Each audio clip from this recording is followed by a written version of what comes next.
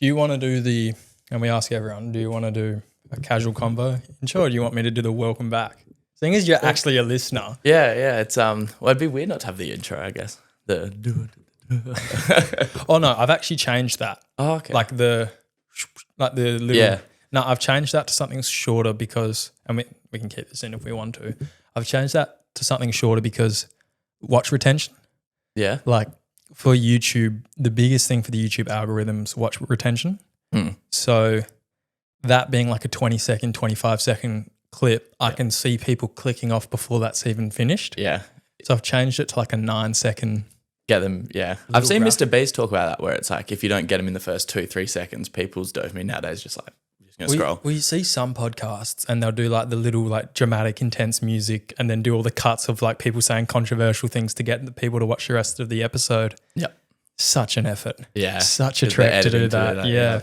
Well, I'm a one-man editing team at the moment, and it's kind of like a double-edged sword or like a catch-22 where you need the better editing, the better production, the better clips to be able to grow as a podcast. Yep. And that's something you'd probably get from a professional, but you can't afford a professional until you've got a good enough audience to pay for that. Yeah. Catch-22. But you can't pay for that until you've got the high enough quality production to be able to get the audience. Yeah. So it's like the amount of effort you put in is literally the amount of effort or the amount of views and growth you're going to get for the podcast. Yeah. Like if I will spend heaps of time on a clip, like we've got one clip on Instagram that's in the algorithm now, which is the Mount Kilimanjaro climbing one. Yep. And that just gets 100 likes a day. It's on 2,000 something likes, 20,000 views. And that by itself has gotten us like 100 followers, like, and it grows, but that took me 8 hours to make. Yeah. Because I was learning how to use CapCut, didn't know how to use CapCut. But in saying that, now when you go to make new clips, it'll be short and sharp. So the time you invested, that 8 hours you invested, when it comes to making new clips, you'll be good to go. But in saying that, I've only made 2 clips like that because of how long it takes. But was it quicker the second time around? Oh, it was quicker, but it wasn't as good. I feel like when you're really invested in something to the point where like everything else is on hold, you're completely zoned in on what you're doing to the point where like the time will fly. You forget to go have a drink of water, go to the toilet or eat, and you're like on edge just trying to get it done. Yeah. That's when the magic happens sometimes. Yeah. When you're kind of in that hole only, and you force yourself to learn pretty much, which is where growth comes from. We'll do the intro. Welcome back everyone to the Crooked Smile podcast brought to you by Macca Media. Today we have on a great man, Tom Riz. Do you want us to say your last name or you just want Riz? Riz is fine. Yeah, most people butcher the last name anyway. So Ristovsky, yep. The reason why I wanted to bring you on is because I've had a few chats with you off camera, and not a lot of people our age get some of the concepts that we've talked about when it comes to delayed gratification, hard work. And one of the things that really stood out to me that we talked about was how you've started this year, you finished uni last year. Yep. You've gone straight into a 9 to 5. But instead of just like going through the motions and finishing that year, you've just decided out of nowhere to do a marathon. Yeah. Like how do you decide to do that? Well, it's a combination of 2 things. So when I hadn't started work yet, but in January, one of the guys in my team at work came up with this running competition, which was called Last Man Stands. And essentially the rules are you started at week 1, and in week 1 you had to go outside, run a kilometre, can be as fast as you want, slow as you want, but the rule is it had to be continuous and it had to be outside. And so January week 1, you had to run 1K, put on Strava, whatever. Every day? No, just once. For the week, you had to run it once. So you had Monday morning through to Sunday night, you had to go out and run this kilometre. And you'd put into the group chat, and that was week 1. And then week 2 was you had to go and run at least 2 kilometres, and so on and so forth. And so what did it get up to? Well, I ended up winning it with 19, which was very fortunate because I did my ankle and ended up having to like pop pills to numb it so I could run the last one. There was 3 of us left at 19. I was the only one that did it. I think the other 2 had bottomed out. But no, halfway through that, that's the guy, a good comp. It was, yeah. It brought really good camaraderie to the office. Like, you know, if you saw someone that morning, it uploaded, it'd be the thing you spoke to when they came in. And yeah, so about halfway through that, so I think it was like week 10 or 11, the bloke was like, oh, like, do you have any ambitions with this running or you just want to win? And I was like, oh, I've always really wanted to run a marathon, but I saw that the Perth Marathon was booked out. He goes, oh, like, no, just put your name down the waiting list because people always, just dip out because they're not prepared. I was like, all right. And it's something I've always wanted to do. I never thought I'd do it this year. It was kind of one of those things, anytime I went for like a 5K run, which is every other week, I was never a really big runner, but always in the back of my mind thinking like, one day I'll force myself into a marathon. And I think this was kind of the kick up the butt to be like, oh, like you're actually not that far away from doing it. Like if you actually apply yourself, and with footy, obviously my fitness was pretty good. So I was like, we'll put our name down. And so once the competition finished, just kept training. And once footy season had wrapped up, really amped up the training, was doing like a half mara every weekend. And yeah, till the race day came, and it was good fun. Well, the prep for a marathon, did it exceed expectations? It wasn't as bad as you thought? Because a lot of people say it's the prep that's the hard part. Yeah, it was weird for me because obviously with footy, like you have training during the week, which is, it's usually like harder, but the games are really tough because the games you're running, 10Ks, but it's fartlek, which as you know is bloody tough because you're in first gear 1 minute, you're in sixth the next. And so my kind of thing was I did a long run on a Wednesday arvo because it was the middle point before a game. So like after a game. Yeah, because you didn't want to be too sore going into a game. And if you did it too soon after a game, you'd be knackered. So I found Wednesday was the sweet spot. And I tried to like get the spreadsheet out and map out, right, if I run this much in these weeks. But I kind of figured out I had to put that out the door because of footy. But footy kept me relatively fit. And then the month out, whereas you do your bulk, like that's where you start to build up. Your volume. Yeah, your volume. Well, where did you get all the knowledge to plan? Like, did you just kind of wing it and do it yourself, or did you read anything? The internet. Like, there's so many great things about programs. Like, if you want to do sub 4, if you want to do sub 3, like this is what you should be doing. And tailored it as best I could with footy. And then a month footy finished, and then I had about a month, and that's where I knew. It was Saturday, right? We're doing a half marathon. 2 weeks out, we're doing the 30K. That one was the toughest because that one, it's like you get up on a Saturday morning, go down. I did it along the beach, just, you see people walking past, the beach is next to you. It's distracting. Yep. Listen to a good pod. And it was just one of those things. Shout out Crook's My Podcast. Yeah, Crook's My Podcast. But it was just one of those ones where you just had to get up on your Saturday morning, 3 hours just on your thoughts, your pod, and just do it. And that was the tough one. But once you did that, you were like, right, I can actually do this. Like this is, now that I've done this, because the race day buzz and adrenaline, and you tamper in the week before, as you'd know. So yeah, by the time marathon day, the race day came, I was like, I'm prepared now. Like, let's just enjoy the day. Like, yeah, and let's tick this one off. One of the biggest things I've noticed with endurance exercise is while you're doing it, you're like, this is so bad. I'm never going to do this again. I hate this. Even once you finish it, you're like, that's so hard. I couldn't do that again. 2 hours later, you start thinking, I could have run another 10Ks. I could have added on a little bit. Mm-hmm. Have you experienced that? I wouldn't say I've experienced, like, there's been some runs where you're like, I'm so glad that was over because that was tough. But then there's some, like, I remember I went to the beach one day to do 15, which was that would have been my PB. And I got to 15, I was like, I'm feeling all right. Like, and I'm out here. I've already ran for an hour and a half. What's another half an hour? And we'll run our first half marathon. And so that was a good kind of stepping point. But no, you do definitely have those runs where, you get home, you're like, oh, God, that's over. I couldn't have. But then you get, you come to the afternoon, you're like, I actually feel really good about myself. And as Dad says, like, you never feel bad after a run. Like, if you go for a good long run. The sense of achievement. Yeah, sense of achievement. You've gotten outdoors. You've, endorphins. You've, even just for fitness, like it's a good thing to do. Well, one of the things I realized with all the swimming for the Roto swim that I attempted this year when it was cancelled halfway through the event, tragic. Yep. I remember seeing you at the pub. I felt so bad because we were doing it in a quad. Oh yeah, I remember that now. Yes, because we did it in a quad, and as you know, in a quad, it's more of a novelty. Like it's a good day out with your mates. Yeah. But then I saw you, and I actually was because we got pulled out like 12, and I knew you were like 12 or 13. Yeah, I was about 11, 10 and a half, okay. 11. Actually, I think we were a bit before that. But yeah, I remember seeing you at the pub, and it was an overcast day, and like we'd done it the year before, and it was the most pristine day. Like. That was my first one. Yeah. I've never done any duos, squads, nothing before. Yeah. I've always been focused on water polo. And then I was like, all right, I'm going to do something good for myself. just got to get this sense of achievement, do something hard and just like get it done. And the whole time while I'm swimming, it sucks because it's such horrible conditions. I have horrible seasickness. Like I feel like I want to yak. I've gut bombed with my tailwind endurance mix because I've been doing too high concentrated doses. Yep. And then I'm just thinking, this is the worst conditions ever. Yep.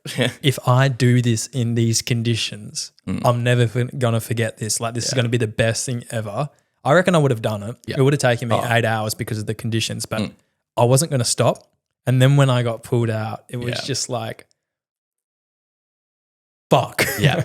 Because we had a very similar thing on our boat because obviously we did it in a 4. We were like these are waves you could surf almost. Like you can't even see 3 meters when you're in the water. Yeah, and we were like, imagine despite these conditions, I can't imagine being a solo. Like despite these conditions, we're gonna get over there and we're gonna have crossed it on the hardest day it was. And then we heard they're considering pulling us out, and I was like, is there a shark? Like what's going on? It's medical resources. Yeah, and they were like, because people are getting seasick quicker, and more people were getting sick than they had medicos on, and so at that point it was unsafe. A lot of hypothermia, a lot of canoes breaking, a lot of boats breaking. Yeah, I heard that. Yeah, but no, I will say the day you do it, hopefully it's nice and sunny and good conditions. Yeah, it's won't be doing it this summer because I got a shoulder surgery, but I'm definitely going to be doing it in 2026 for sure. Oh, and it's actually such a fun day once you get there because you get obviously all your family and friends will be there. The pub absolutely goes off, and usually it's a nice sunny day. I know it wasn't last year, but yeah, and you get there and everyone's just having a good time because they've experienced such an awesome day. Well, I've talked about this right afterwards on the pod, but it was the weirdest feeling because you've just swum for 4.5 hours in the worst conditions ever. Yep. And you've got your endorphins pumping, a bit of serotonin release, all of that, the feel-good chemicals, but you haven't finished it. But it's out of your control. And it's not like you. It's not like you quit. I didn't quit. It got taken from me. Yep. So I've done everything in my power, in my circle of control to do it, and I haven't.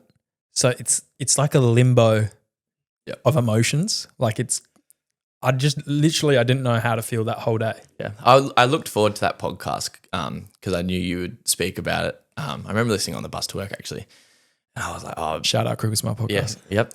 And I was like, I was thinking he's going to do it one day and the sense of satisfaction, the delayed gratitude, and it's just going to be such a good achievement because I know you'll do it.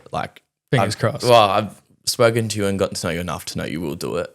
Just a matter of time. Well, that was kind of the catalyst for just getting fit and healthy. I'd never really done any endurance stuff, never seen myself doing any of it, and you do it and you get hooked. Yeah, it's such a constant what's next? What's next to tick off. But yeah, no doubt you'll do it, dude. Thanks, man. Do you think you'll do more running? I was asked this quite a bit actually from family and friends because they were like, oh, now that you've done it, do you want to do another? What's next? And I kind of thought, because it was I actually really enjoyed the race day itself because I did it with a good mate, Jim Billingham. We played collies when you were there. And had no intention of running it with him. We were like, oh, we'll run the first bit together and see how we go. And for the first probably 30 Ks, we actually had a really good time. We were chatting every now and then. Oh, so you ran with each other for the first 30? Yeah, and I knew he was a bit he won't mind me saying this, but he was a lot more undercooked than I was because he'd done his knee playing squash a few weeks prior, and so he couldn't do long runs without his knee blowing up. But yeah, I was quite worried, to be honest, going in, are you going to finish it? And yeah, at about the 35th K, he kind of looked at me and was like, I've got to, you go ahead, I've got to walk for a bit, my knees are killing me. And I think he hit the wall. He reckons he hit the wall. Just the sense of community you get on that day. People get up, the marathon starts at 6:30. You see people 7 a.m., 8 a.m. So what time are you up? I was up 5:15. Bit of jam on toast? Yeah, peanut butter and honey. Bit of banana on the way. Just, electrolytes. I couldn't eat on the roto swim morning. That's nuts. I woke up and I felt so nervous and sick. Yeah. And then I ended up having diarrhea 3 times. Yeah. But I was happy I did that because then you get everything out. Get everything out, yeah. And then I was I remember having a bit of honey on toast and it's just sitting there and it's it feels 4:20 in the morning. Yeah. And I'm just trying to eat it. Yeah. Well, that's the thing. You hope you carb load enough in the days building up that you can. But this is the thing I think I stuffed up on. I think I overdid it because you can overeat yes. the carbs and Yes. then you feel really sluggish and heavy because you put on a couple kilos and then you're not used to that kilo. So next time I would do it differently. I would carb load over a longer period of time, more gradually. Yeah. Yeah, because that's the thing. A lot of big thing, and that's one thing I read, they were like, do not just eat. I did that. That's what I did. They was like, do not eat a fuck ton the night before. Actually, like, so the race was on Sunday. So Thursday night went to my nan's house, who just, you know what nans are like, just feed you like nothing else. Friday was pasta, pizza. Saturday was the exact same. And so just making sure the glycogen level was at its peak such that I could, Did you do gels during the run? I did, yeah. So I had probably one halfway, one at 30, then one at 35. It's almost like eating toothpaste, like flavored toothpaste. It's such a weird. It cuts your mouth as well if you put it in your mouth too much. Yeah, and when you got a dry, salty mouth from swimming, it's awful. Yeah, and I know a lot of people. Well, I'm not sure it'd be like swimming, but a lot of people need to shit when they have them. Like I know people that, you know, if they try and get sub 3, they're meant to have like half a dozen, but they just feel so weird in your stomach because you don't eat anything. It's like a gut bomb. Yeah. It's a gut bomb. And so yeah, but no, I think. It's such like, it is actually a fun experience. And I say to anyone, like, if you want to do it, actually enjoy it. Like, obviously you'll have sessions that suck. Like everyone has those, but actually if you're not enjoying it, there's no point. Like, what's the point? Like if you're not enjoying it and having a good time, and that's about the journey, not the destination. It is. It actually is. Cause yeah, once you cross the finish line, it's not like this, oh my God, I've done this huge thing in my life. I'm so much better now than what I was. It's like, no, you actually like enjoy the journey and like the person you, sounds a bit, you know, wanky, but like enjoy the. Like, but when you look back on it, it's more impressive all the training you did than the actual race you did. Yeah, and it builds such like good systems. Like I went out for a run this morning. You know, I usually try and do 1 or 2 a week, just to keep fitness up, and it's just like, yeah, it's a good habit to have, really. But yeah, no, would love to do a marathon overseas. Not really. Yeah, not specifically. Like I wouldn't travel. Like I wouldn't do the Boston Marathon. Like, I wouldn't go to Boston to do the Boston Marathon. What time did you run for this one? 3:54. That's sub 4 hours. Is good. Well, I've heard that's just the benchmark. Is if you do sub 4 hours, you know what you're doing. I wouldn't say that, but no, it was my one goal was to just run the whole thing. Like didn't matter how fast or slow, just run it. And then if I got sub 4, awesome. But that wasn't my pass mark. Well, people say like the average person's time for a marathon, but then you think about it, the average person couldn't run a marathon. Yeah. And I think like, because when you go down so it does a big loop around the Kwinana, that's like a 10K stretch. So you're on that for about an hour. And when we got on the Kwinana, we saw the bloke in first, like the most Kenyan looking bloke ever was coming flying. Back. Yeah. I think he did it in like 2:16. It was just nuts to watch. But on the way back, you saw people at like the 5.5 hour pace. And I found that like not equally impressive, but just as impressive, because you've got to run, like you've got to be running for that amount of time. Yeah. And it's like like that's almost more perseverance than what I'm doing, because I'm running it, you know, I'm at the finish. Under 4 hours. Yeah, and I'm finishing, you know, an hour and a half before you, but it doesn't mean I'm better than you because I've got a quicker time. They're less fit than you, and then they're having to run for longer. Yeah, and so I found that like equally impressive, and that's awesome about marathon, like the race days. You see like blokes, girls, old, young, fit. You know, maybe even some of them had like beer guts, and I was like good on you, like, and yeah, just that sense of community on the day, like people holding up signs, like people cheering you on, like you wouldn't know them, you probably never see them again, but they're cheering you on, like, and they don't want you to win, they just want you to tick this off, and yeah. Well, the average person couldn't run a marathon, but then the average or like the above average time for people that could would be sub 4 hours. Yeah, I think that's kind of like. If you've run one, or people ask, oh, what you go sub 4 type of thing. Well, you wouldn't have been able to have headphones for the marathon. Earphones. You were? Yep. Yeah. Really? Had headphones. Also had my mate running next to me. And so you'd see something funny, you'd have a quick chat, and even like chat to people around you, just being like, oh, keep going, like how you feeling, There's actually so much stimulus on the day, because everywhere you run, there's people, they're holding up funny signs. One of the best ones was like, call me, I love your endurance, XX. Call me. Yeah, cool. Oh, damn. Yeah. And no, like I obviously had my music going, but could still hear my mate. And so your mind's just constantly going. And also it's really cool to see Perth, because it's so unique, like running on the Kwinana Freeway, running down past the Swan Brewery. And that's one thing I'd love to do overseas, is because it's such a great way to see a city. Obviously, I've grown up here my whole life, but yeah, it was such a unique kind of thing to run, even like through the tunnel. Like it sucked because the air ventilation was shocking, but no, it was a cool way to, see a city, which is why I'd love to do it overseas. I reckon it's a really cool way to see things. Well, what would you say your biggest takeaway from that whole experience was?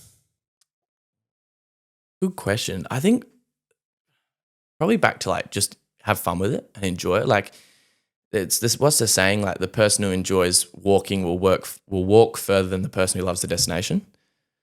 And so yeah, just like actually like going out, running along the beach, like having a good time on your Saturday, feeling good afterwards, like and challenging yourself to, because I never thought I'd run one this early. I thought maybe it'd be a quarter life crisis type thing. Which was a lot of the signs as well. It's like, this is your quarter life crisis. Yeah, just like enjoy it. And it's like anything in life really, when you're deeper, it's don't run it because you think you're going to have this sense of elation or euphoria once you've done it. Like it's actually all the build up in the race day and, hitting those milestones along the way that are the cool parts about it, I'd say. Well, it's a lot of self-love. It's a lot of doing the right thing when no one else is, getting up early, training, getting in that extra session when everyone else is clocked off for the day and is playing some FIFA and chilling out, and you've got to go do what you've got to do. And it's kind of a lot of FOMO, and it's a lot of resisting FOMO. Yep. And I think for me, especially with the Roto swim, it was the early nights because you're getting up at 5 a.m. to get to training at 5:30 in the morning. And if you don't go to bed by 9 o'clock, you're going to have a horrible day because you're just going to be so knackered. So it's going to bed like on a Sunday night, going to bed at like 8:30, 9 a.m. And it's just like, 8:30, 9 p.m. And it's just like you see all your friends around you, your girlfriend wants to hang out. Like there's all these other like exterior forces moving around you. Yep. And you've got to, it's kind of selfish, but it's like selfish to you like in a good way.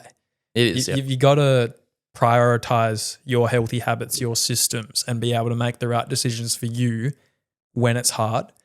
And it's something I've been thinking about a lot, and I read a bit about it in Atomic Habits, is the easy options always lead to instant gratification and long-term regret. Yep. And the hard options lead to instant, like, I guess, uncomfortableness, but then long-term you feel so much better and you're so much happier that you did the hard work. Yep.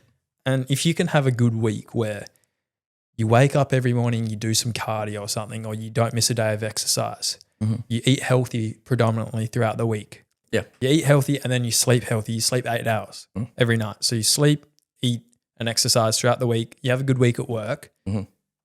That feeling at the end of the week where you've had a good week, but you're not like tired, you're kind of pumped up from all those endorphins and doing the right thing, and that delayed gratification, there's not a better feeling. It's spot on. And then you stack that. So then you do it week on week, month on month, and the momentum from that, the momentum from the discipline is like an unbridled sense of achievement and feeling, and you just become a happier person overall. I feel like I'm so much happier when I'm focusing on my systems and not my goals and the destination, but on my day-to-day and making sure I do everything right and everything that's hard properly. And then I find that I'm then a happier person overall because of it. Whereas if I don't do it, then I'm eating myself up inside knowing I could have done more. And I think deep down, like we all know it's the right, everyone's right and wrong's different. But in terms of like looking at like making sure you're eating good, sleeping good, seeing your like relationships, family and friend, all that, like as opposed to, you're going out and you're drinking or you're not. But you can still have fun with that sort of stuff. 100%. It's so important for balance. 100%. And like, it's just a matter of, and like you said, it's getting that balance right and the trade-off right. Like, of course, go out like. But there's a difference between getting hammered to the point where you then lose 2 days and having a few drinks and having some great chats with people and going home and still getting up the next morning. Yeah. Yeah. You don't want it to then derail. Like, for example, people go out on a Saturday. You don't want it to derail your Sunday too much, if you can help it. Well, my favourite thing on a Saturday morning, and you've just said you've gone for a run this morning as well, is getting up on a Saturday morning, going for a run, potentially doing a podcast on the Saturday morning, and then I'll go hit legs in the gym. Yep. And legs is the hardest thing in the gym for me, like it is for most people. And I find doing it on a Saturday where it's a good day, and then you do the hardest thing that makes you feel good for doing it on a feel good day, and it's just like stacking. I will say the thing that probably gets you to the leg training is the fact that you probably got up this morning and you didn't go on your phone straight away when you got out of bed. First tick. Went outside, second tick. Went for a run, tick. Did your podcast, tick. And by that, you've built up so much momentum that like you're having a good day, like, and all of a sudden you've got that momentum going, and it's just so much easier to do the good things.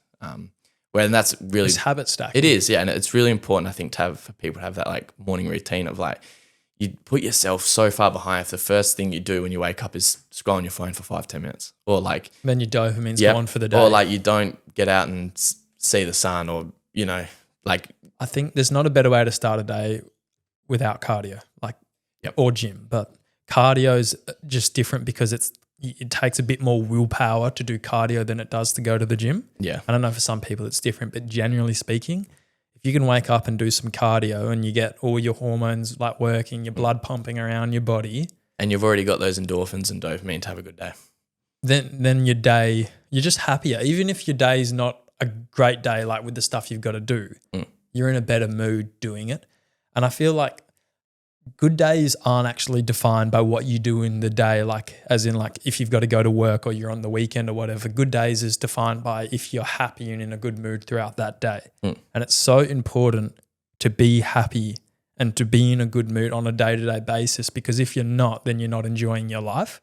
And people lose sight of that. People go, I'm going to be miserable and do all this stuff that I don't want to do, or maybe even just miss stuff that I should be doing. And then they think that in the future I'll be happy because I'm doing all of this. Whereas you're never going to be happy if you're doing that. You're constantly chasing being happy, which means you're never going to be happy. Whereas if you're happy every single day, then you're just happy. It's like a no-brainer. I just shouldn't have to describe that, but like I feel like I had to. Well, it's one of those, I remember hearing this quote on like a reel or something, which is a terrible place to find a quote, but it says... It's time for it. Yeah. It says, like, where you are right now, you promised your past self you'd be happy.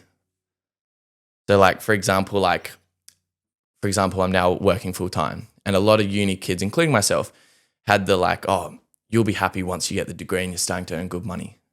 Like, no, you'll actually be happy if you're happy in that moment. And that, I think, this was one of the topics I was going into to one of your questions, where it was about. And that was one of my journeys at uni, was redefining that idea of what success looks like to me. And that success is not, flash cars, money in the bank, big house, da-da-da. Because there's a lot of people that have all that and they're the most miserable pricks in the world. But being successful is actually like waking up happy, doing what you love with people you love. Like that's a successful, like if you do that every day of your life, as opposed to, the CEO works 12 hours a day, hardly sees his kids, but hey, he's got all these houses and all these cars, and he comes home and he's a miserable prick because he's worked all day and he has to do all these high pressure stuff at work.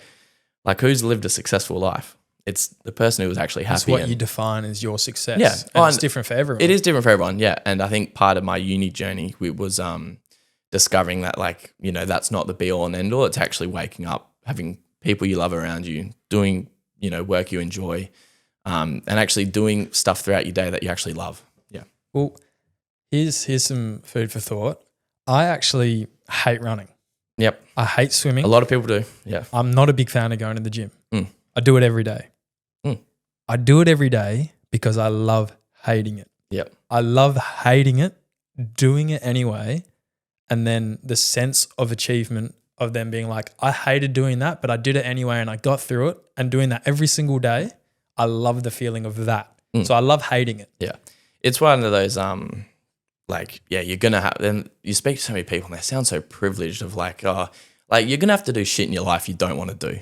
And like, if you want to make it, if you want to tick off all these things in life, you're going to have to knuckle down, do shit you don't want to do. And that's part of life. There's no reason you can't enjoy it. Exactly. And I think, well, that's the thing. You don't enjoy doing the things. You enjoy doing them because you've done them. Like, you don't enjoy them once you've done it, but you feel so much better because you've actually faced the hardship, gotten over that hurdle. and arrived at the destination like, oh, despite all the negative thoughts in my head, despite like, oh, I can't think of anything worse right now, you did it regardless. But that's how you grow and how you get 100%. shaped as a person. You're never going to grow if you're constantly in the comfort zone. Yep. All the growth in life comes from being out of the comfort zone and doing what you're not necessarily the best at or not necessarily want to be doing all your life. But it's doing those things when other people won't, which is what makes you better and what grows you as a person. And that's why, and you see a lot of the like Instagram reel quotes these days, but like it really is so easy to be great these days because so many people are just trapped on their phone, don't exercise, all of this stuff, are going through the motions.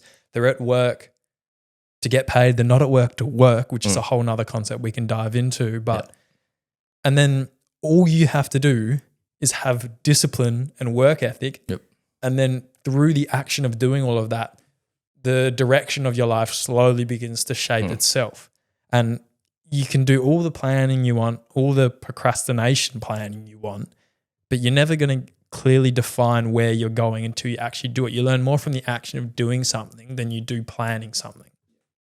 Yeah. And I think I love drawing like parallels from athletes in my life. I just find them so fascinating. It's so transgressional into like, it's a transgressional skill, athletes, like delayed gratification, working hard towards something, and you might not even win what you're working hard at, but just doing it for yourself, you can apply to any and the thing with life.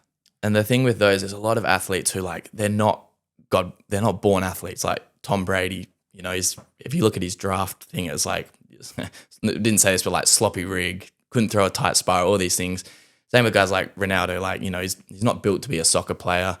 Like Michael Phelps, all these people, and like the common thing they all have is just their perseverance. It's like they actually acknowledge like I'm nothing special. I just am what most people are not, and that's consistent, determined, and willing to go through the shit when most people won't. And that's what makes them so great, is because they show up every day regardless. Greatness is the ability to withstand boredom. It is.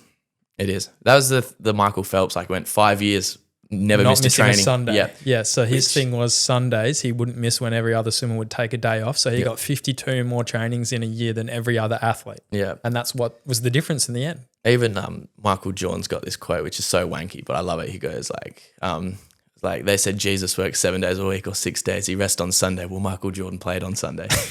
Like I reckon and like he's such an arrogant prick. But I think in sports, I say this all the time, I reckon athletes are misconceived. Then it's not arrogance, it's just confidence. And you need to have that mentality to succeed in that 100%. Like environment. You look at someone like Muhammad Ali talk or Michael Jordan or Ronaldo. Like if you didn't belief, it's belief, it's self-belief. Like they come across like if you didn't understand their context, they'd come across as pricks. Even like LeBron, like they will openly say, yeah, they're the best in the world. And like they actually believe that, and that's what makes them great, is because they have just that mindset of like I am the best, and like I'm going to show up when no one else does, and that's what's going to elevate my game above the rest, which is awesome. Love that. What's the hardest thing you've ever done? I'd probably say my second year of uni was the hardest thing I ever did, just because but one of those things I was so glad I went through because it completely changed my outlook on life. And so to give you a bit of context, I did actuarial science, which a lot of people, like, you tell them they've actuarial. Yeah. What's that even mean? So, and this is common, I reckon about 5 to 10% of people, when I tell them what I did at uni, they actually know what it was. So it's pretty much financial risk, maths. So it's mostly like insurance, like banking. So pretty much modeling the risk of money. Yeah, modeling the risk of money is essentially what it is. So insurance is like that because you model, it's really quite morbid, but how insurance companies profit is they get the probability of someone dying or their house burning down or their car getting into an accident, and they, based on like law of large numbers and expected value, they will charge your premium higher than what they expect the average person. Yeah, like life insurance, healthcare, things like that. And it's the most it's better than casinos in terms of like they will profit no matter what, because all the mathematical laws point to it. Anyway, so this degree in the third year, it's kind of the equivalent of, you can get your manual license or you can get your auto license. Now, getting your manual license, you can do everything that the auto can, but your manual, you kind of can do a few of these extra things, right? And from when you get into the course, they all point towards the manual, as in like you do this course you're kind of selling yourself short if you don't go the manual. Now, the manual route is you become a qualified actuary, which essentially means like you're earning massive bucks, probably working over east, probably working long days, but they get paid very, very well. And so from day dot, it was like, oh, you know, and people around you like, oh, let's get qualified, you know, that was the pathway. And with that, it wasn't good enough to pass units. You had to get, I think it was about 70%. So it was a lot harder than this one. And it was already a challenging degree. So getting 70 was quite tough. Anyway, in my second year, kind of coming towards the first set of exams, just started feeling like really stressed and anxious. And I was like, this is weird. Like haven't really had any run-ins with mental health issues till then. And yeah, just found myself being really stressed and anxious. And it was because it sounds so dumb when I think back on it, but like I just had uni above everything else in life. As in like if I wasn't getting these, like what am I doing, right? And it was to the point where like I'd hang out with family, friends, girlfriend, and I'd be thinking about uni, or like I wouldn't go for a run because I need to study. It got to the point where I think it's just so stupid that I thought this. Like it was almost cool to stay in on a Friday because I was studying towards this. And I was like, and anyway, the reason why I caused that is because I ended up doing those exams, ended up doing quite well, but still had this really empty feeling in my stomach. And the root cause of it was actually like I was working towards something, the manual license, which I didn't actually want. As in like I was studying for a lifestyle that was really unsustainable. And it was kind of discovered that I was. When did you find out you didn't want it? Good question. So after those exams, I just had this really empty feeling in my stomach. And I only really told my beautiful girlfriend and my parents about these, shout out, these things I was going through. And they're like, I did these exams. They're like, hey, like you've got, you know, what you were worried about, there was nothing to worry about because you smashed it. And I was still had this really empty feeling in my stomach. And I was still like, kind of just tossing up like, oh, is this really like, I'm not really getting fulfillment out of this. And both of them actually like called me bluntly and they're like, you actually want, like, you're studying for this manual license. Do you actually want it? And it kind of like was a really aha moment. It was like, they actually don't give a shit like what you do. They just want you to be happy. Like they just want you to enjoy what you're doing. And it was kind of the learning lesson of you're working to have the tastiness of the carrot, not the fear of the stick, which is essentially, and it's a big psychological concept. It's like when you work, you should work because you are looking forward to what the outcome will give you, not because you're afraid of failure. Humans only ever do things out of two driving forces. One, the avoidance and fear of pain, and then the other's the desire for pleasure. Yeah. And I very quickly realized that I was doing it because I was afraid of the stick. And I was, worried like, oh, I've done all this hard work. Like, am I selling myself short if I don't do this route? And they bluntly said like, we really don't give a shit. Not like that, but they were like, we just want you to be happy. Just want you to be happy. Like, and that's the Which thing. Is how you know you got good people around exactly. you as well. And that's the good thing with your loved ones is like, they'll actually tell you like, and that's the thing, like, tell my girlfriend that every day. Yeah. It's so true. It's like I don't value you. And this is a good lesson I picked up from the Dylan Friends podcast when they had Tom Barras on. And he was talking about like kind of the emptiness he had when the Eagles won the flag. It's like he fulfilled this lifelong dream. And he was like, oh, what now? And his problem was he had this mindset of like, people value me as Tom Barras, the footballer. And it's like, no. You're Tom Barras, the father. You're Tom Barras, the wife. You're Tom Barras, not the wife. You're Tom Barras, the partner. You're Tom Barras, the brother, the son. And it really kind of reframed my thinking of like, that's what's actually important. Like, and at the end of the day, that's what goes on your grave. It's like, when I die, it'll be Tom Ristovsky, hopefully father, and it's grandfather. Who you were to the people around and it's who you were to the people around you. It's like the people around you like just really do not care what you end up doing with your life as long as you're happy and you're doing the right thing. And so coming back to this, I very quickly figured out I want to get my auto license just because, one, not the lifestyle I wanted. Two, I know I'm actually chasing the carrot and not running away from the stick in that scenario. And ended up really enjoying like the third year of my degree. It was easier than the manual, obviously. So that was the challenge, was making all the that pressure decision from that and not wanting to, and working towards the manual license when you didn't even want it, and then missing out on life because you were so obsessed with something you didn't even want. Yeah. And it was kind of that like. So how'd you overcome it? Family and friends. Like, and having that support. And it was one of the big things coming away. Everyone was like, I've got a Guido, or what's his name in cars? Like, I've got that kind of Guido, yeah. I've got that kind of pit crew around me. And they were like, it was mainly my girlfriend and my parents throughout that period where it was like, and they just didn't even treat me differently. Like, to be honest, they were like, we'll love you no matter what. Like, we know you as Tom, you know, this happy-go-lucky, loves life, you know, values his friends, family. Like, we don't really care if you make $1 million or $10. Like, that's not what's important to us. What's important to us is that you're actually happy, fulfilling your life and waking up every day, enjoying what you're doing. And having that support, I was like, yeah, I've got an awesome pit crew around me. And yeah, I ended up really enjoying my third year of uni, to be honest. It was a little bit easier because you obviously don't do as hard of the topics. And yeah, the funny thing is I had mates who did the manual, and I'm working with those people now at this job. Because doing the manual, you keep that doorway open of is it being an actuary. Like accreditation on your Yeah, resume? It's an extra credit. Well, once you do the manual pathway in uni, you then have to do a few externals, then become qualified. But yeah, I actually found out like probably 90% of people who start the degree don't even end up getting qualified. So it was kind of the realization of, there was a bit of Kool-Aid at the start we were all drinking in terms of. Do you think you would be the same person today if you hadn't learned that lesson? So do you think you would have run the marathon? Do you think you would have been enjoying or as happy as you are now if you never learned that lesson? Nope.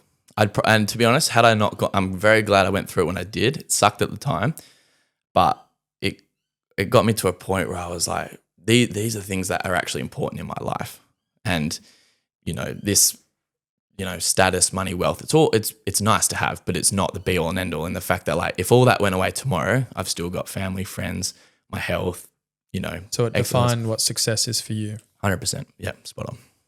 And it was, yeah, very big learning curve. And now today it makes me realize like, yeah, this is what's actually important in your life, which is a bit, you know, might sound to a few people like, duh, you idiot. Like, but it was, yeah, something that hit me smack in the face, but really glad I went through it. And it gave me a really fresh outlook on life, which, yeah, definitely needed.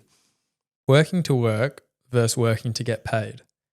These days, more and more people are working to get paid and less people are working to work. Yep. And it's a real shame because, yeah, you develop such an unhealthy relationship with work in the sense that, yeah, if you're rocking up to work purely to get paid, it's just really unhealthy. Like, and don't get me wrong, I think I don't love what I do in the sense that like I wouldn't do it as my last day on earth, or like if I had a free day, I wouldn't go to work. But it's one of those things like I enjoy it enough such that on the bad days, I can go in and still feel like I'm doing a good job in the sense that I'm building towards a future. I'll one day end up providing my family, and it's still good work. Like I feel like I'm contributing to society essentially. Well, are you invested in what you're doing? Yep. Yeah. And it took me a while to do that because at the start it was like, oh, like I'm getting these regular paychecks. This is awesome. And then you realize it's like you could get that anywhere, like big or small. But also it's you could work your ass off, get 1 million things done, and then you get paid. And then the next week you could have a piss poor week at work, do nothing and get paid the same amount. Yeah. So it's like if you're just chasing the money, then you realize that you don't actually have to do anything and you just get paid, and then you end up working to get paid. And that was a big trap I fell in the first few months of work was like, I don't want to do that. I'll get paid regardless if I do or don't. But in terms of like the self-fulfillment, I think I probably got that through school and like, you know, I didn't have to study as hard as I did. Like you probably could have got into uni had you studied a little less, but it's like going to the gym. Like you feel so much better. Like no one pays you to go to the gym. Like but you do it for yourself. But you do it for yourself. You do it for that sense of achievement, that fulfillment. Like, hey, like I went into work today and I helped out. Like I helped people and I did good on this job. And you can kind of go home with. It sounds really wanky. But you can go home with your head held high, knowing like you've done a good stint. And some days you'll do more than others. But yeah, I think if you work with the intention purely to get paid, it's a big mistake. Well, as of right now, it seems like you've somewhat got an idea of like the direction your life's heading in with regards to your 22? 21 at the moment. Still 21. Yeah. Yep. 21, you've got your job, you've just done a marathon, like you're playing footy, you're enjoying your life. Was it hard to decide this is the life you live? Because there's a lot of external like people and voices and ideas of what you should be doing. Like, and I've got a quote here. Everyone seems to have a clear idea of how other people should lead their lives, but none about his or her own, from The Alchemist. Yep. And I remember reading that in that book, and I'd always had that sort of concept in my mind, thinking that, but putting it into like a blatant statement that you can read like that is so eye-opening into realizing that no one's really got their own life figured out. So why are you taking advice from other people and what your life should be, especially when the advice they're giving you is something that they're not even doing themselves? Yeah. Yeah. And it's it's such a big topic because I think like it's a no-brainer, but you don't really grasp that concept. Even like I look at, like I saw that question on the rap sheet and I was thinking like, and a big thing around that is like kids going into uni. So like my brother's in year 12 at the moment going through his final exams and he knows where he wants to do uni. But I think it's incredibly unrealistic to expect 17-year-olds who, mind you, the government thinks they're not educated to drink, they're not educated to smoke, vote, do all these things, but they're expected to know what they want to do, you know, for a career. It's like something's not quite right there. And so yeah, just figuring out like actually what you want to do. Like if you, and I would tell kids I tutored, so I used to tutor in high school, like if you don't know what you want to do, like work for 6 months, like go and don't treat it as a holiday, like actually work and figure out like, I don't want to do this. Like I'm working on houses, it's stinking hot, I really hate this. Or you work on houses and you love the camaraderie and you love building houses. Awesome, do it. But I think you'll never know unless you actually try and fully immerse yourself in it. And yeah, people have, like, you are kidding if you think you have it figured out. Like no one does. I've got people at work who are 40, 50 years old who have jumped job titles and career and industries like half a dozen times. Well, what's the quote? It's like you're either dumb enough to think you know everything or you're smart enough to know you know nothing. Yep. Oh, it's purely like having that sponge mentality in life and that like stuff's constantly changing. And once you get the glimpse of figuring it out, your life will throw a curveball at you. Well, that's what I really admired with what you're doing is you're young, you're already in like a proper Monday to Friday job, and then that's all started, yet you've decided to continue to grow as a person with the marathon. You've just talked about wanting to do more in the future and what you value as success and the things that make you happy in life and learning to focus more on those things. And a lot of people fall into the trap of they get that new job and that's all they're doing. That's all they're consumed by. And they don't have that growth mindset. They have that survival, work to get paid mindset, not work to work mindset. So how do you think you've developed that sort of mindset to continuously grow? Well, again, it comes back to the kind of Tom Barras thing of like, if you make work your identity, in your mind, you're Campbell the consultant, you're Campbell the accountant. The podcaster. Yeah, well, the podcaster, yes. And, you know, when you go out and you see your family and friends and all that stuff, like people, they don't give a shit what you do. Like respectfully and bluntly, like you could be a zookeeper, you could be a CEO, you could work at Macca's. I couldn't give a shit. As long as only materialistic people are going to give a shit. But good people 100%. Like, good people just care about you as a person. And that's one thing I really like kind of grinds my gear is like if you've got this job or you've got, you know, this car, this house and you think and that's one thing I really admire is people that have that are really grounded and they're like, and that's something I hopefully want to be like. Obviously, everyone wants, you know, to have everyone wants a Ferrari, everyone wants a big house. Well, not everyone wants a Ferrari, but like if you could have one, you'd have it. Yeah. Like, you want to take your family on nice trips. But you don't want it to change you as a person. 100%. And that's one of those things about me. And this was a really cool thing going from uni to the work, like and working, is that all of a sudden, like the weekend rolls around, like today, for example, I haven't got that exam lingering in the back of my mind. I haven't got an assignment. I can actually do what I want.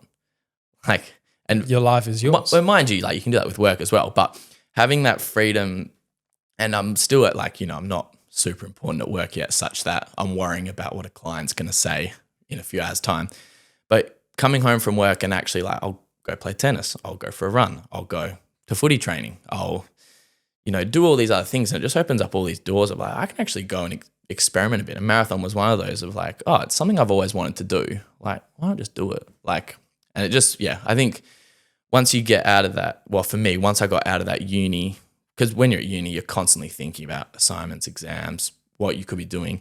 Whereas when you work, it's quite nice to kind of clock off and can do what you want. You can do a side hustle. You can work out. You can go see family and friends, all that stuff. And so I think, finding those enjoyments outside of life and such that when you go back to work, you're actually like, oh yeah, this isn't terrible. Like, well, some people think that money changes people and some people think that money just reveals who they were all along.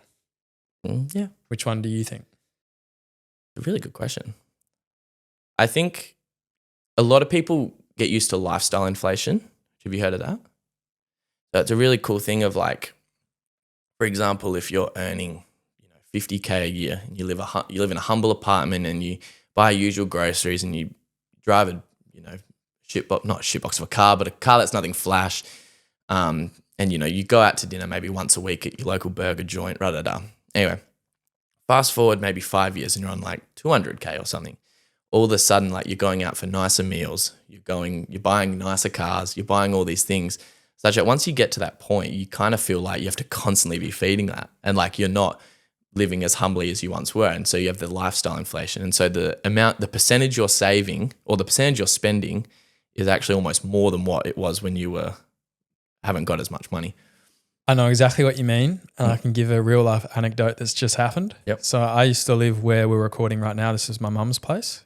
And I was upstairs in what's meant to be a study, didn't have a wardrobe. The air conditioning didn't work. It was upstairs at the back of the house. So all the hot air would get in there and get stuffy and like it just sucked to be in there in summer. I've gone from that. Now I've moved out with a mate. I've got an ensuite and a walk-in wardrobe. Two things I've never had in my life. Yep. And now I love it. Yeah. But you could not go back. I couldn't go back. Yeah. Or it's like a gaming monitor where you have like a regular 70 hertz monitor and you go to a 120 FPS and then it's like 4K graphics. You don't really notice the difference that much going to it. But if you ever go back to the worst monitor, you just can't do it. Like you're like, I know what's better and I've had that experience.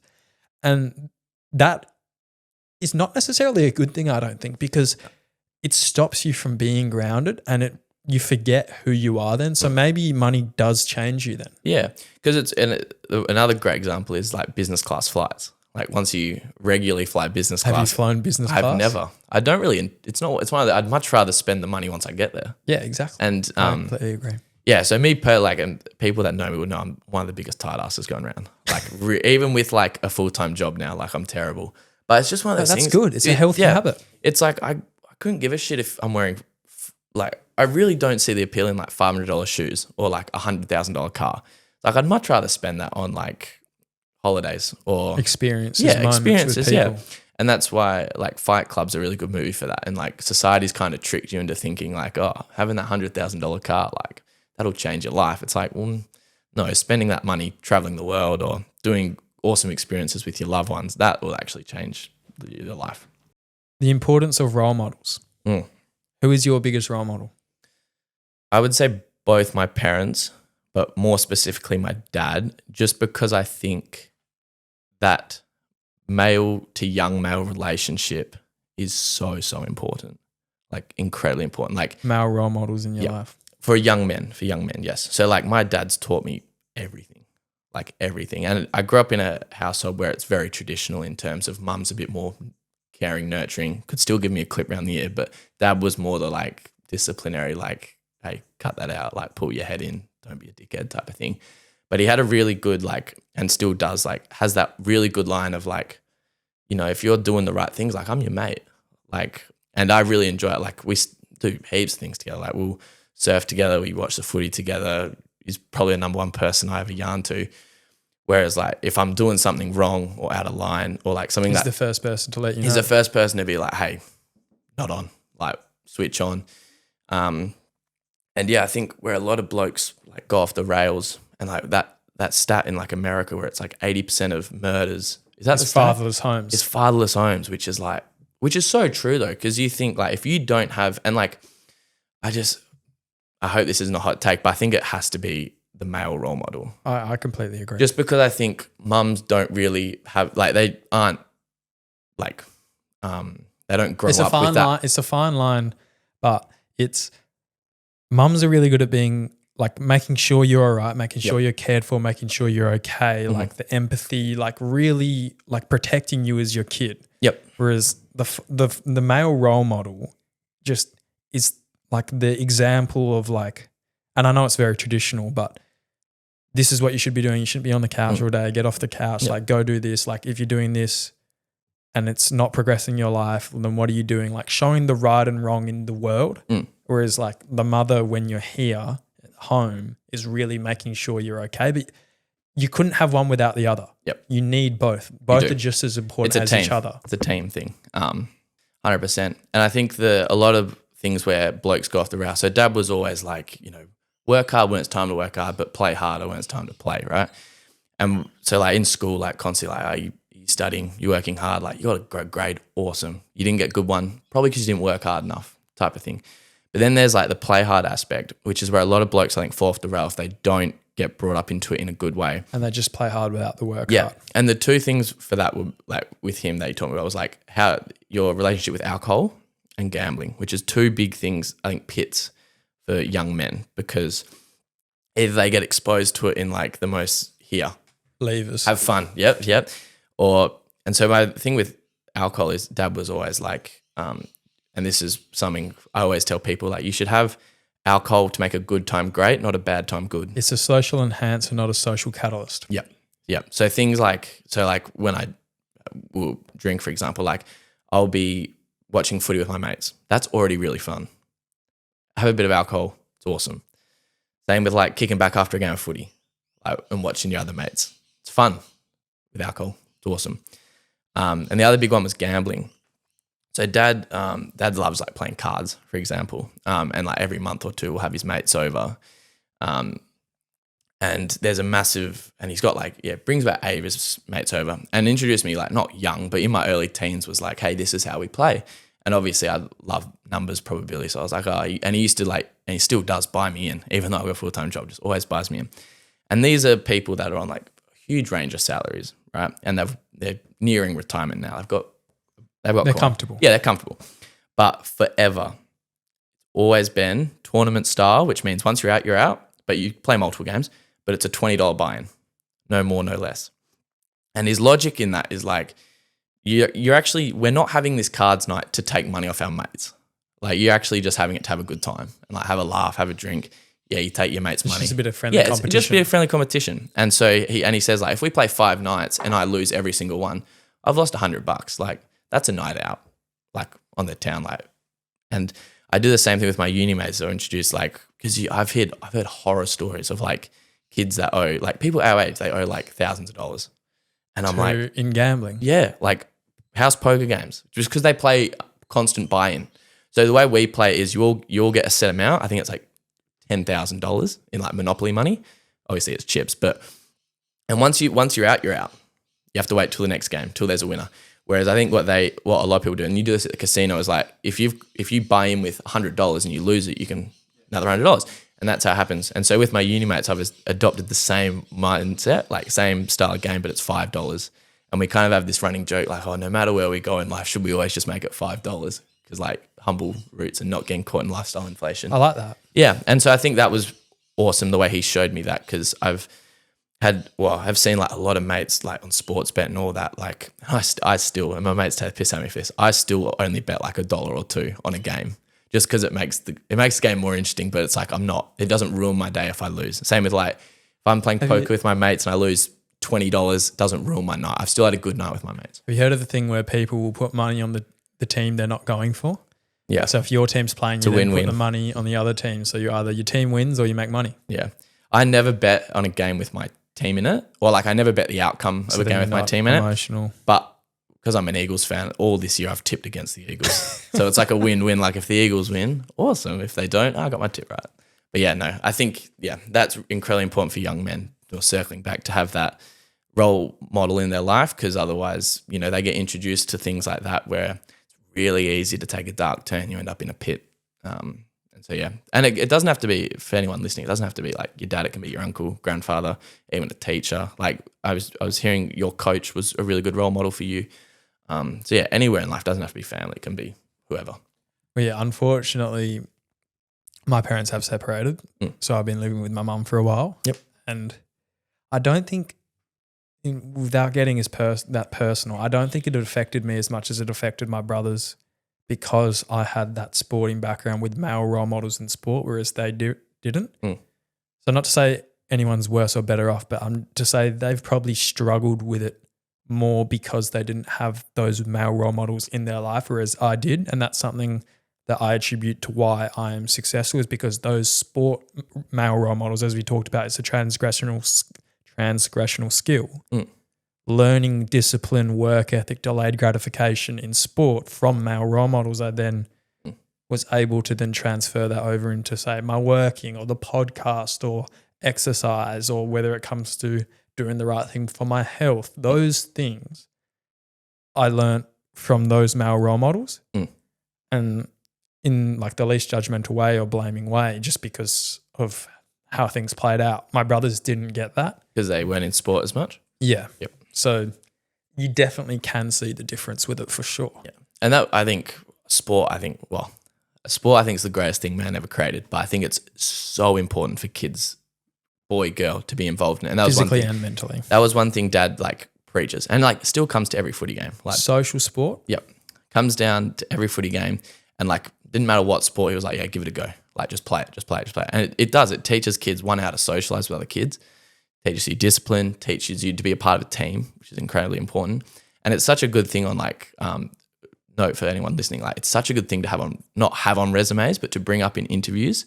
Is like if you're a part of like a footy club or a soccer club or anything, people know like, oh, like he knows how to socialize. He's got connections. He knows how to be a part of a team. It's not about him. And he knows that he's a role player, essentially. It's like being a physically fit person in an interview. It shows that you know how to look after yourself. Disciplined. You know discipline, you know delayed gratification, you know how to work to something that's hard that you won't see results for months for, and to diet and all of that. It just shows a lot about your character. Yep.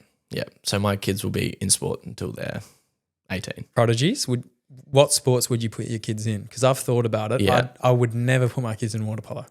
Yeah. No money, life consuming. You have to go to Europe or America to do anything with it. Just basketball, tennis, golf, well, bit of money, you know. One thing Dad's always preached is with sport, like make sure you're enjoying it. Like that's why you play. You play to have fun at the end of the day, because you see all these, like Jaden Stevenson just retired from the AFL because he didn't love it.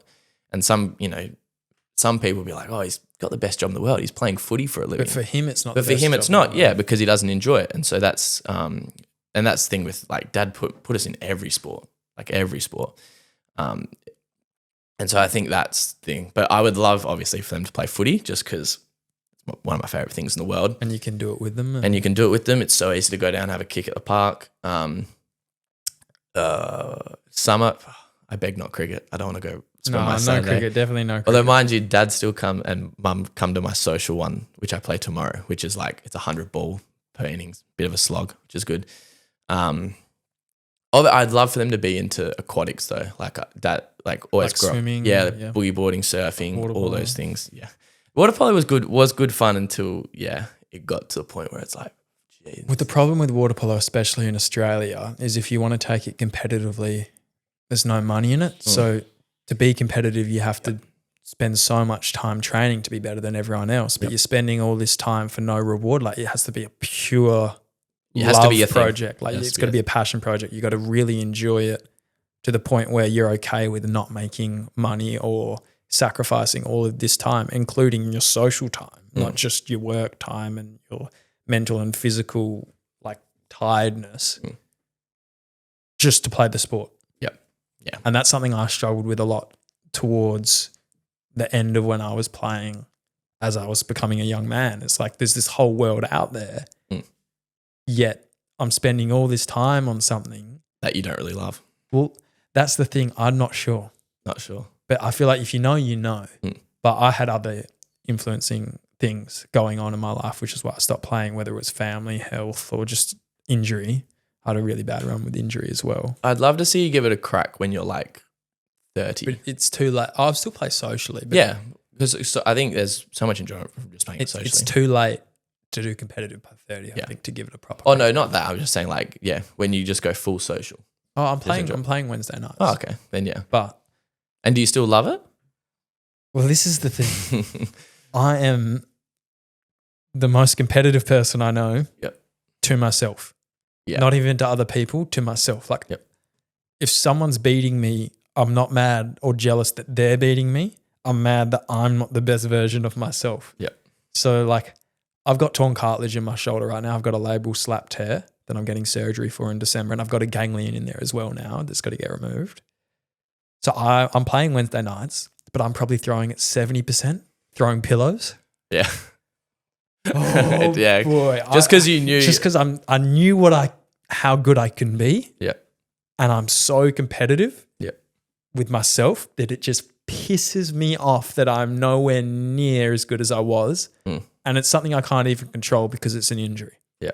And for reference, I did goal keep to you a lot of times. And it's not just because I'm here on the pod, but you were very annoying to play against because you just had such a cannon, just quick down the left wing, just bang.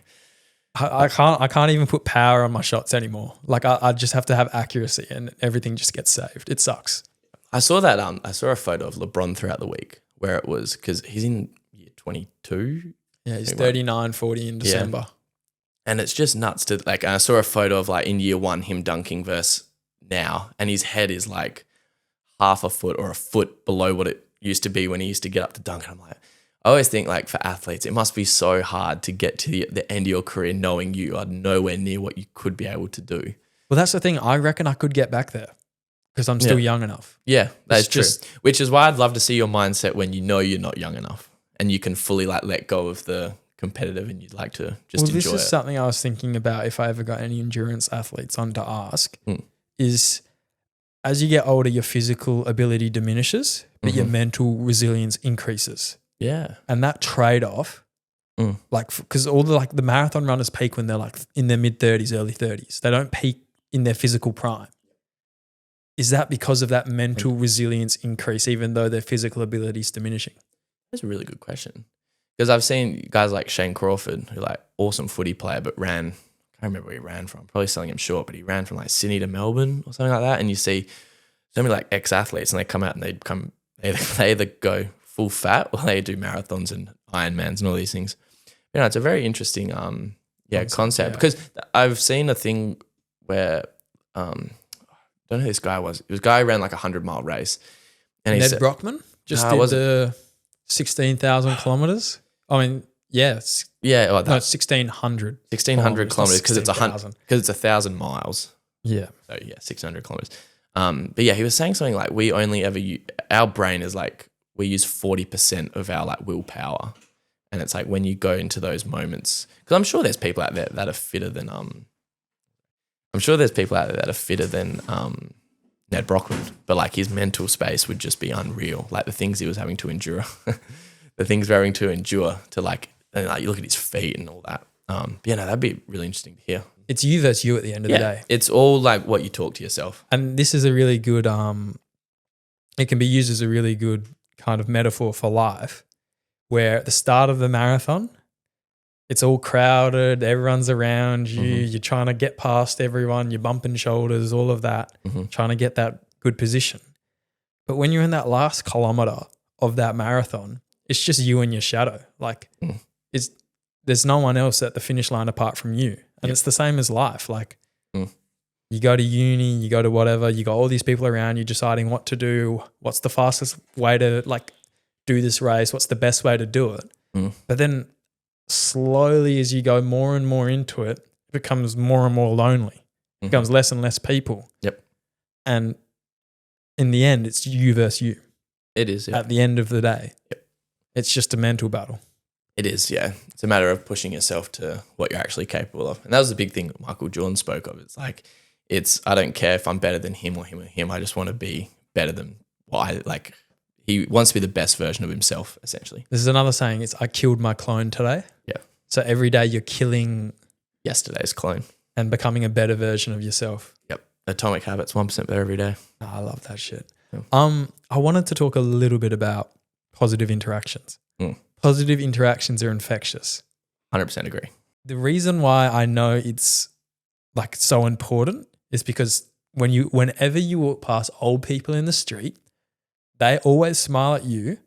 And if you smile back at an old person, their smile is so radiant. They're so happy. Like they seem to like acknowledge smiles as like a trade, like like those little 1%ers like that you just accumulate. Yeah. And you feel good. Like if a old person smiles at you and you smile at them, or an old person locks eyes with you, you smile and then they get so happy that you smiled at them, so they smile back at you. It's such a simple interaction that's not going to affect anything if it doesn't, but you got out of your way and you do it just to be positive. And it's so infectious. You feel so good about yourself. And then you smile at the next person and then it's like a domino effect where, and I hate to say, but it goes in the other way as well with being grumpy or being standoffish, especially with negativity bias, where you're kind of having negative interactions with the people and then they'll take that anger and then project onto the next person, et cetera, et cetera.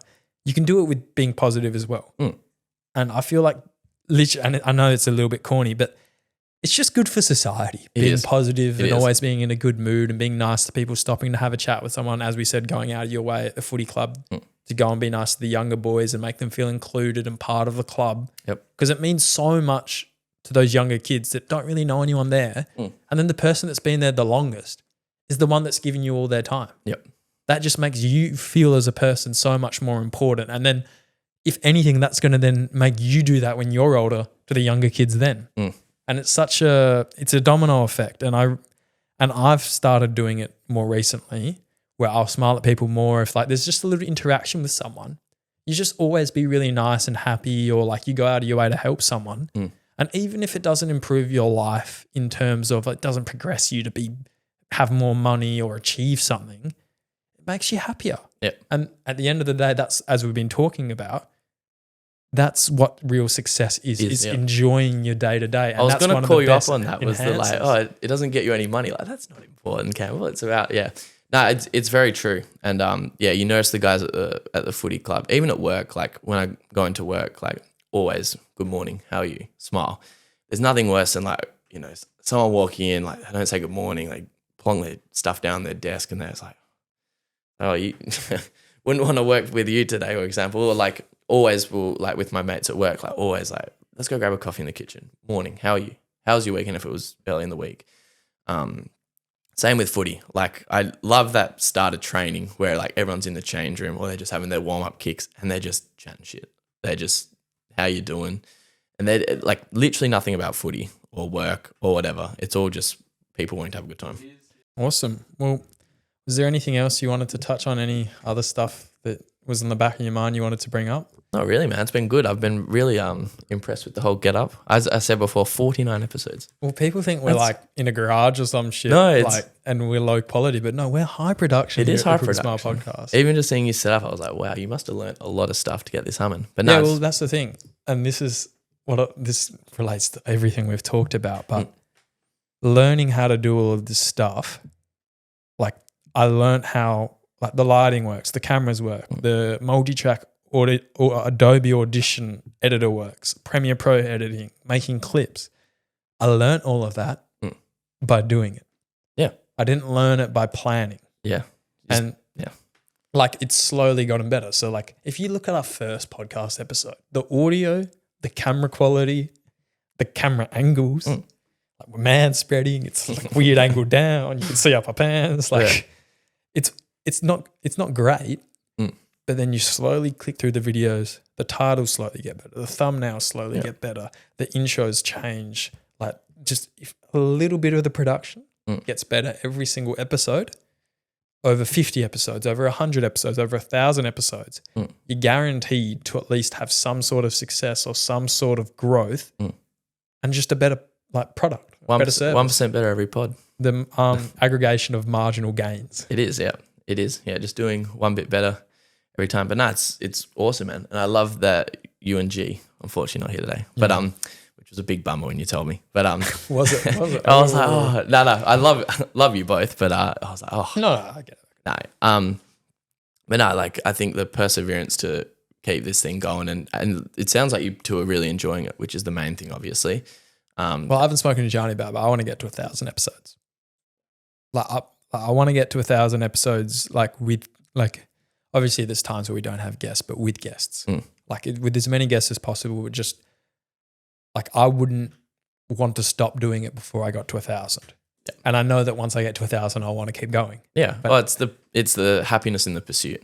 Well, I enjoy doing it every week. Like, even if no one listened to this, I probably would still do it because I enjoy having conversations like this. I enjoy getting guests on from worlds I don't even know and just picking their brains and like just good chats, you know? Well, that's the awesome thing about, and that's why I listen to so many pods when I run, is like when I've referenced some today, like you learn so much from just people talking because it's these people have had all these life experiences, all these fresh perspectives. They've gone through all these things and hearing their like life lessons, it's almost like a cheat code. And it's so consumable. Yeah. And it's like, these guys went through all these experiences, good, bad, ugly, and you get to learn their perspective out of it without take the good ones, without having to go through it. Yeah. And these are people that usually have gone through, definitely not me, but these are people that have gone through tremendous events. That everything's relative. Everyone's problems are relative. That is true. The hardships you talked about earlier are legitimate hardships that you've overcome, and then you've grown from that and learned from that and then been able to share the experience. And I hope that whoever's watched this is able to take that away. Yeah. And even if only one person takes that away, that's still a net positive impact on the world. And even if that one's you.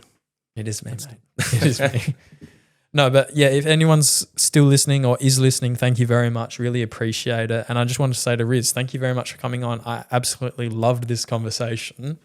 And it's good sometimes to just have a deep one-on-one D&M, you know? Yeah, no worries, man. It's we always have good convos, good chats, I feel. So it's good. Hopefully if it helps someone, even if that's just you, it's a good thing. Well, thanks very much for your time. Thanks for coming on.